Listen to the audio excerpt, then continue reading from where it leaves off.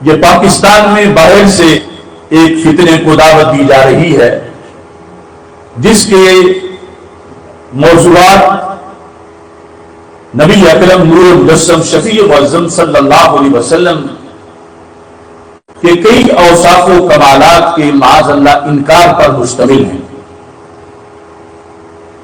اسی لیے ہم نے اس کے لحاظ سے یہ دعوت دی یا تو شخص کو پاکستان آنے سے روکا جائے یا پھر جمہور امت سے ہٹ کر جو اس نے مسئلے اور نظریات گھڑے ہوئے ہیں ان پر وہ میرے ساتھ مناظرہ کرے.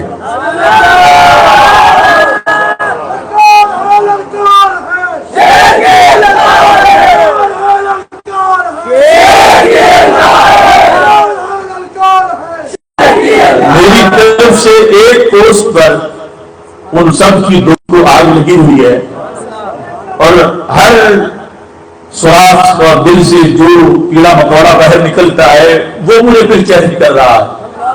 تو میں کہتا ہوں کہ سارے جو اتنا شور مچا رہے ہو تو اسی کو ہی تیار کرو. پھر کہتے ہیں کہ اس کا یہ موضوع نہیں ہے، وہ محدث نہیں ہے، وہ فقیہ نہیں ہے، وہ صرف تقابل ادیان کے بارے میں گفتگو کر سکتا ہے. تو میں کہتا ہوں اگر وہ صرف تقابل ادیان کے بارے میں کچھ جانتا ہے تو پھر وہ جمہور امت پر شرک کے فتوے کس منہ سے لگاتا؟ وہ پھر اپنی حد میں رہے، وہ تقابل ادیان پر لیکچر دے.